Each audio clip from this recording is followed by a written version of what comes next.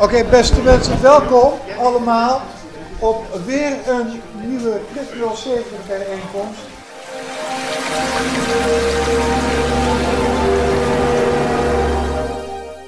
Zodat mensen die ver weg zijn, in Arnhem bijvoorbeeld, en het ook proberen te volgen, dat, dat die in ieder geval op deze manier erbij kunnen zijn. Maar goed, ik wilde in ieder geval Hendrik Jan vragen, inderdaad, of dat functioneert allemaal, nu? Ja.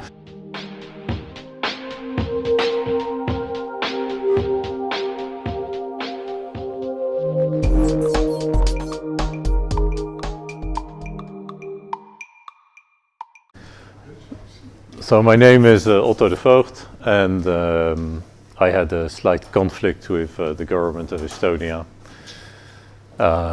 because they tried to basically hamper Bitcoin, and I was one of their, first victims. I lived in Estonia for 9 years, from 2005 until 2014, and basically left because of what happened here. My wife is Estonian, and I have 2 children who were born in Estonia. Of course, now we all live in Holland, and they're growing up here. So how I got involved in Bitcoin was actually back in 2011, a very long time ago. And then I also realized that the address btc.de was not registered.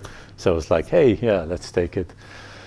And I had noticed that my interest in Bitcoin really took off when I did the first actual real transaction, that I saw money move, into my wallet and out of my wallet. So I wanted to get more people interested by just trying a little bit. But it was really hard back in 2011 to get Bitcoins. There was only one exchange, Mt. Gox. And there were some over-the-counter markets like Bitcoin OTC, where you could do a bit of trading. But it was basically really hard, and for most people, it's a big barrier to start to buy something from someone you don't know on the other side of the planet. So I decided out inside my own community, people who knew me, to help them to start. So that was basically my project, and I also wanted to become a kind of point of contact for the community. And that actually worked quite well, because lots of people came to me, they said, oh, you have this site, btc.de, and that was actually bigger than the whole exchanging some money for a Bitcoin thing. Oh yeah, thank you. So, and the other thing is that Estonia actually appeared to be good, because they have this great hype about how modern they are and how e-savvy they are and how innovative and how they embrace change. And I'm sure many of you here have heard it. Like right now they're pushing their e-residency hype, I would say. And at the time I believed all this hype, so be warned. The other thing is that I never thought I would get into any trouble, because I wasn't doing anything big. I was just, trading tiny amounts. In the beginning, I even have the limit of 100 euros. And I raised it a little bit. It got to 500 because some people said, I want to buy a whole Bitcoin, when it was about 500. So that, yeah, okay. And there was no automatic trading. It was just talk with me, and then I sell you some. So. I forget. Then there was only also one statement made by Estonian government institutions, and that was in 2013. So like full 2 years after I got interested. And it said virtual currency schemes, as they like to call it, are not regulated nor supervised by any institution. So what does this mean? It's like, well, no laws, no rules, nothing. Yeah, and this was actually literally the only statement ever made before they attacked me. Yeah.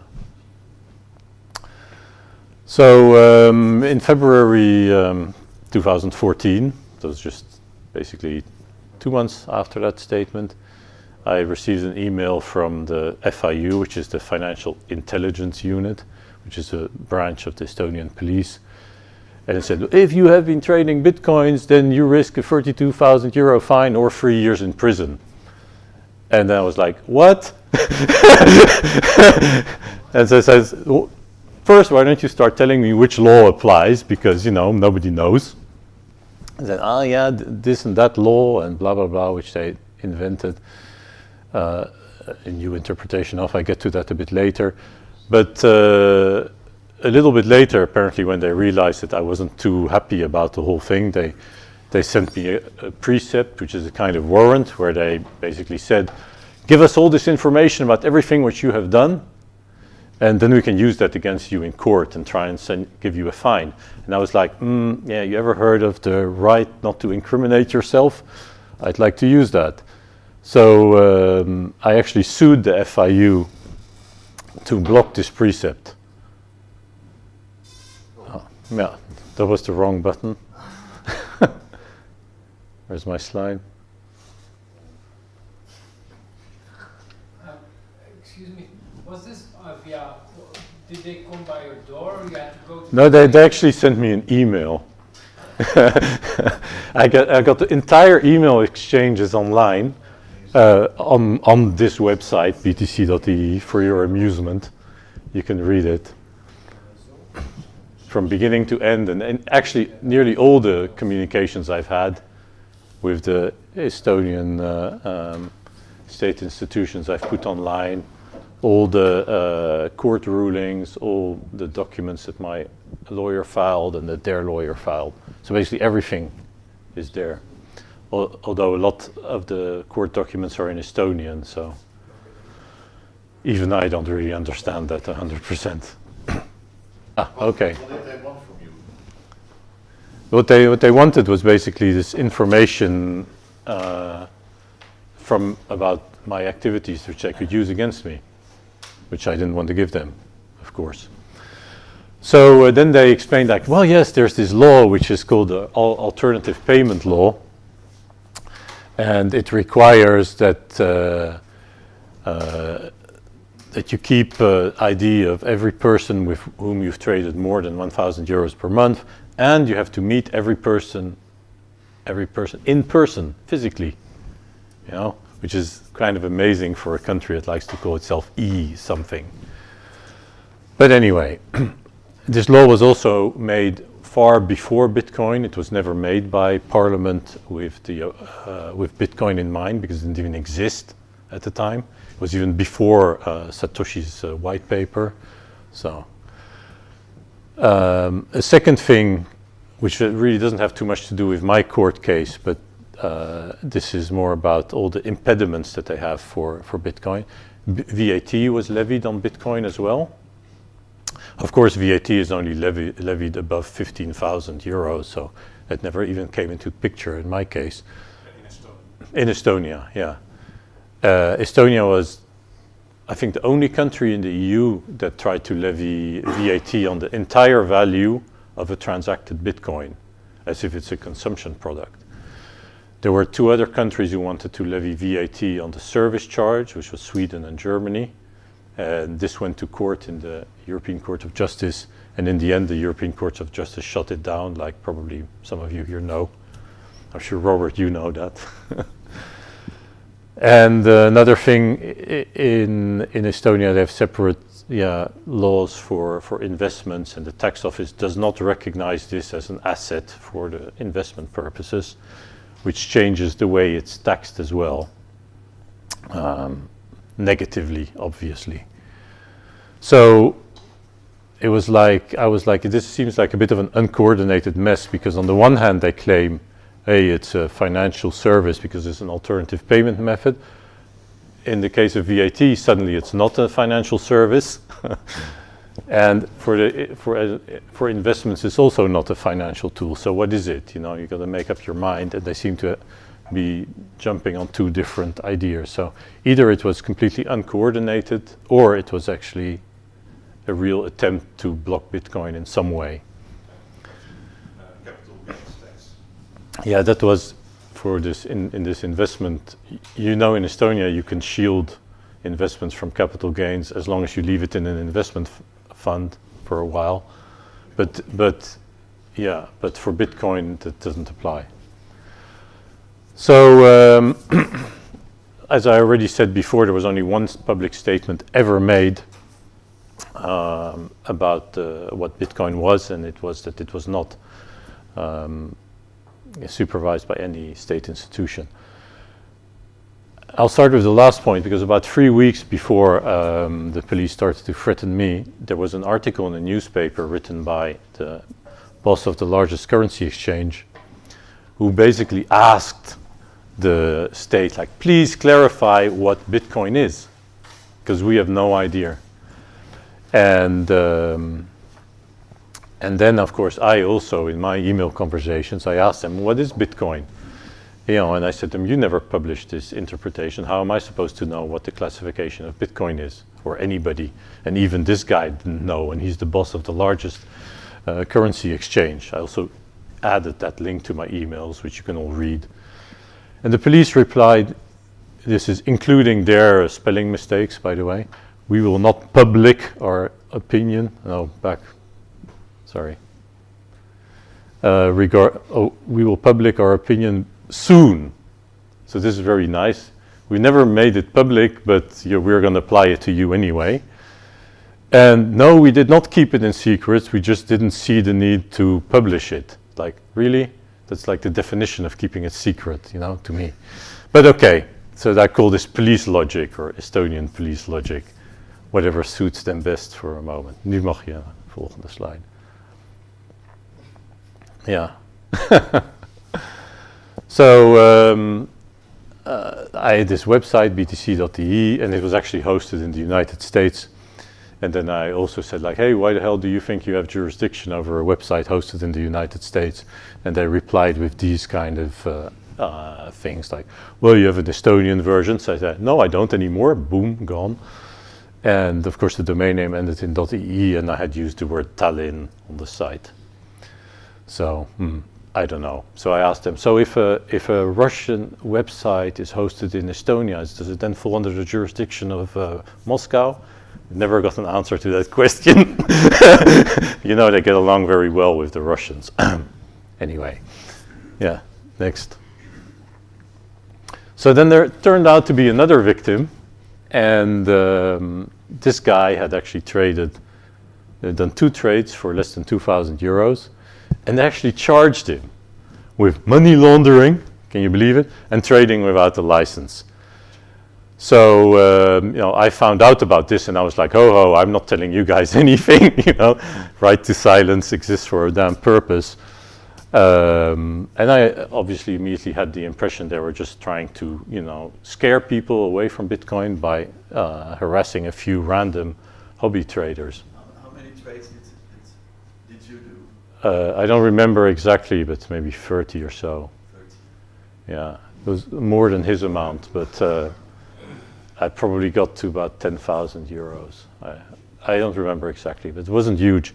It was even less than the VAT amount over a whole year that you're obliged to pay, the threshold for VAT. So, but later the prosecutor actually threw it out and said we don't have enough to charge this guy with.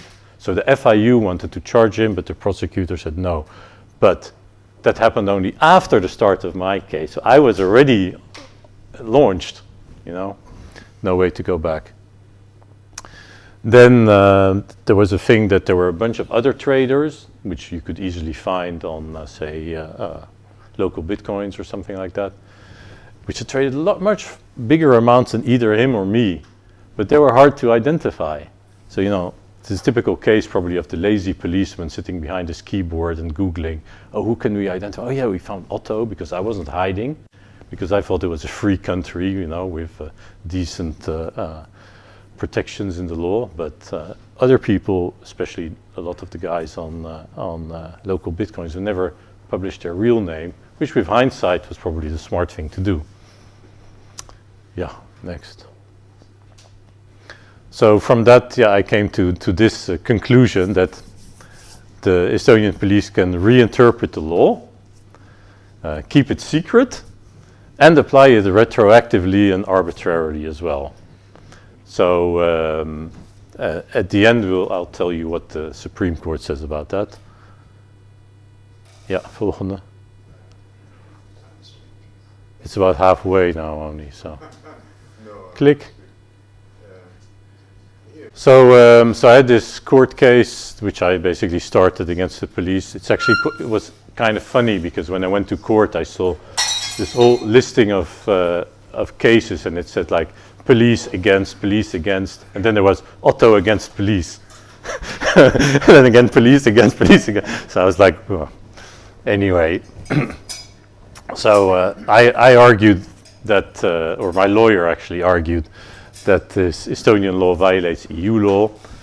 I haven't quite elaborated in a slide on this, but basically EU member states have to notify Brussels when they extend AML law, and they have to provide a valid reason for it. Basically, they have to show that there is a real problem.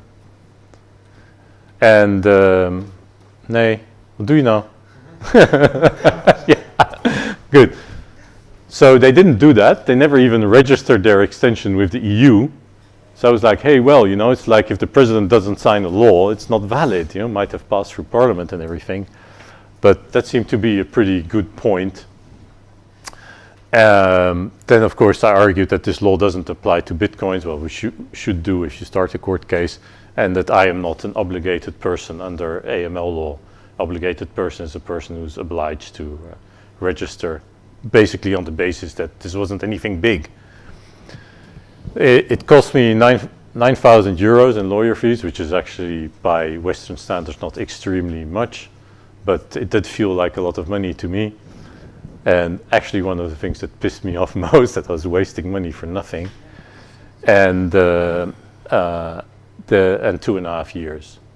And because they forced me to waste my money, I was also like, well, if you do that to me, I'm no longer paying taxes in your country. You know, you forget about it.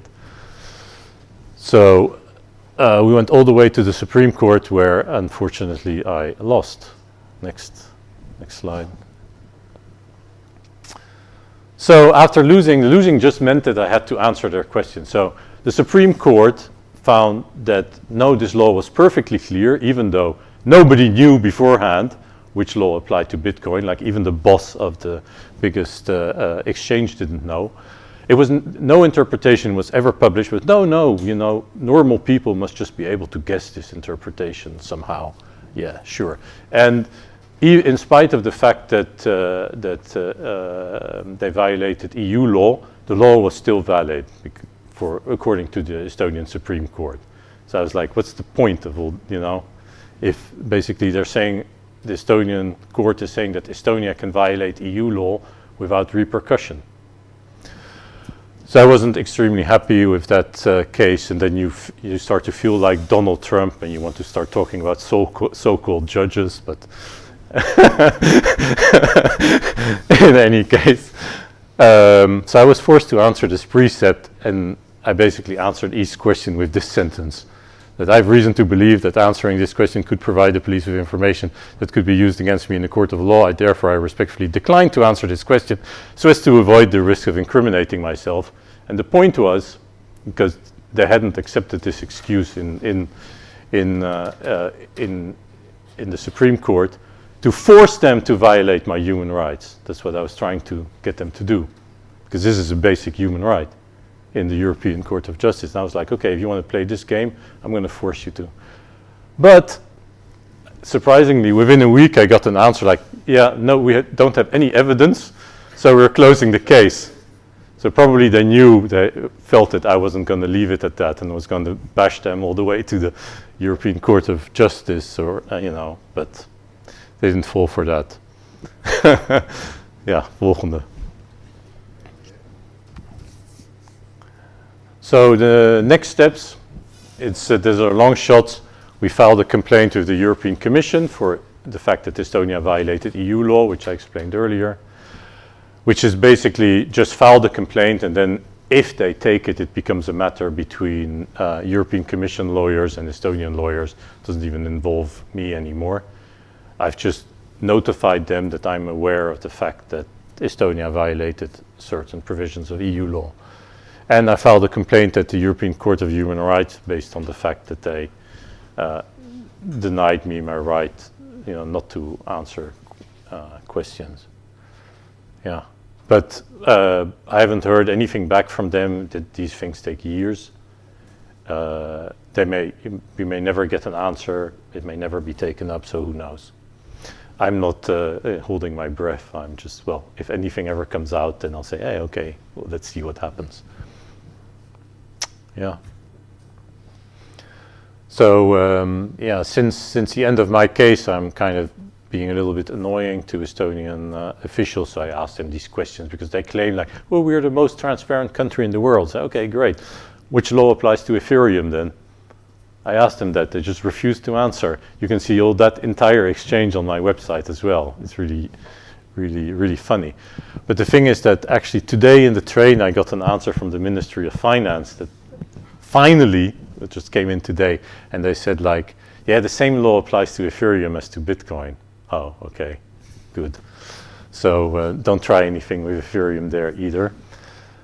But there's actually a company in Estonia which issues blockchain-based tokens, and somehow they're not applying the law to them, even though it meets the entire same criteria. Yeah, and the only thing I can find is that the owners of that company are slightly better connected than I was. So, to me it just seems that they're not very happy at actually giving you clarity. Well, except for this guy from the Ministry of Finance now, and generally it just seems very arbitrary to me. Still now, yeah. So yeah, they have this great hype and propaganda about how e-savvy, innovative, and forward-looking they are, but in my view, it's effectively impossible to start a Bitcoin business because you cannot. Imagine running an exchange where you're obliged to meet everybody face to face, have to go through all this for transactions like of €1,000 a month. So even if you do like three transactions with the same person, and it adds up to 1,000 in a month, then you have to meet them face to face and register everything and so on. I would also say there's no permissionless innovation because they can, without any notice, apply or reinterpret some law to apply it to you, which, yeah, I think that's just contradictory with a permissionless innovation environment, where in those environments, people should be allowed to do things which aren't yet specifically prohibited. And here you first have to find out, is there some law that maybe you can apply against this? That was never made for this, but and that's hard. And of course, their biggest selling point, which is this e-identity, cannot even be used for KYC. KYC is know your customer. So I'm also like, what's the point of all this, modern stuff if you have these ID cards where people are identified, but you still have to meet them face to face. It's even worse than in other countries where it's enough to send a copy of your passport. So that's really weird. Well, you should just be able to sign something with that card and be done. Yeah. So yeah, and they call it e-Estonia. And that's the end then of my presentation. Je kan nog eentje doorgaan. No joke. Dankjewel. Ja, graag gedaan. Yeah, so the question is, can the same thing happen in other countries? I guess yes, but I would say inside the EU, this seems to be more of an exception. I mean, really, yeah. But I don't think they're going to have the obligation to meet customers face to face. Yeah, right. Things like that. No, I would have expected this kind of stuff in Russia maybe, or Belarus or whatever, but not in a country that goes around saying how great they are and how modern they are, you know. Then you first, especially not attacking just hobby traders, you know. Like what's the point of that other than trying to scare off people? So, and also it's entirely pointless because everybody in Estonia can just go buy something on Kraken or Bitstamp, and then this law doesn't apply. So how does that make any sense? So basically the only result of this law is that you cannot run an exchange or some other Bitcoin company in Estonia. You have to do it outside of Estonia. Then you can still serve people in Estonia, but you can't run it inside Estonia. So it's like just chasing companies out of your country. What for? Doesn't seem logical to me. Nou, maar goed, jij bent daar nu weg en jij bent weer onder ons. Yeah. Dat is ook weer het voordeel. Yeah, thank you. So he says that I'm back in the Netherlands now, and I'm again here. Actually, there are of course several reasons. First of all, I don't really want to reward a country that's basically just harassing me to make an example of me. Then I'm like, well, why would I pay taxes here? I'll go somewhere else. In the beginning, you don't know how far they're going to go. So I was also worried that maybe one day they would knock down my door and arrest me in the middle of the night in front of my children or something like that. And that's not the kind of thing I want to experience. I, of course, looked around at other countries, and I found that in the Netherlands it was actually quite liberal, and Holland hasn't passed any anti-Bitcoin law even now, by now, so yeah. So that seemed like a wiser choice. Nu je weer terug bent in Nederland, doe je dezelfde activiteiten nu ook hier, of ben je er helemaal mee gestopt nu? Yeah, okay, he asks if I continue this activity here. I did for a little while, but just to make a point. So I created another website, which is more or less a copy with a .eu domain name, not .ee, of course. And then I did a few trades, I think 3 or something, and then I closed it because it's pointless, it's a waste of time. And by now there are so many places where you can buy Bitcoin. But I did that just to make a point that, look, I have the same website in the Netherlands and nothing happens. And nothing happened. So that's the only point that I wanted to make with that. Goed, nou ja, dankjewel voor No, thank you. deze